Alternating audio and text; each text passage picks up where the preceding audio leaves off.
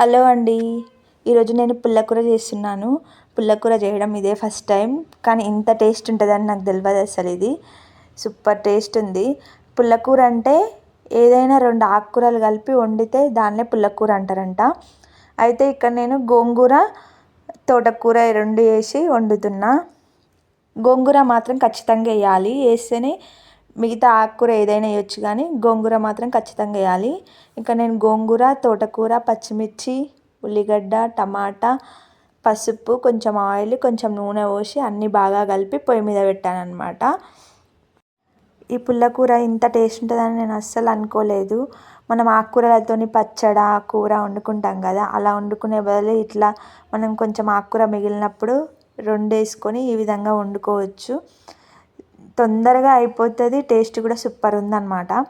అయితే ఆకుకూర మొత్తం అన్ని టమాటాలు, ఉల్లిగడ్డలు కొంచెం ఉడికినాక, కొంచెం వాటర్ అన్నీ పోయాక ఇట్లా పప్పుగుత్తితో మెత్తగా అనుకోవాలి. తర్వాత దానికి సరిపడినంత ఉప్పు వేసుకోవాలి. ఇలాగే తిన్నా చాలా టేస్ట్ ఉంది. పక్కింటి పుల్లకూర చాలా టేస్ట్ ఉంటుంది అని అంటారు కదా, మా ఇంట్లోనే ఈ విధంగా పుల్లకూర వేసుకోవచ్చు ఈజీగా. అసలు సూపర్ టేస్ట్ ఉంది, ఒకసారి ట్రై చేయండి. తర్వాత దీనికి తాలింపు పెట్టుకోవాలి. తాలింపు కోసం కడాయి పెట్టుకొని దాంట్లో కొంచెం ఆయిల్ వేసుకొని పోపు దినుసులు, పచ్చిమిర్చి, ఎండుమిర్చి, ఉల్లిగడ్డలను కూడా ఇట్లా పొడుగుగా కట్ చేసుకొని అవి బ్రౌన్ కలర్ అయ్యేలాగా బాగా ఫ్రై చేసుకోవాలన్నమాట.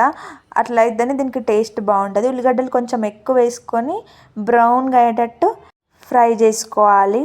వెల్లుల్లిని కూడా సన్నగా కట్ చేసుకొని అవి కూడా వేసుకొని ఫ్రై చేసుకోవాలి. తర్వాత ఉప్పు, కొత్తిమీర, పసుపు, ఇంగువ అన్నీ వేసుకొని బాగా కలుపుకోవాలి, బాగా ఫ్రై చేసుకోవాలి. తర్వాత ఈ పోపుని తీసుకొని కూరలో వేసుకొని కలుపుకుంటే అంతే, పుల్లకూర రెడీ. చాలా టేస్ట్ ఉంది, ఒకసారి ట్రై చేయండి. లైక్ చేసి సబ్స్క్రైబ్ చేసుకోండి. బాయ్.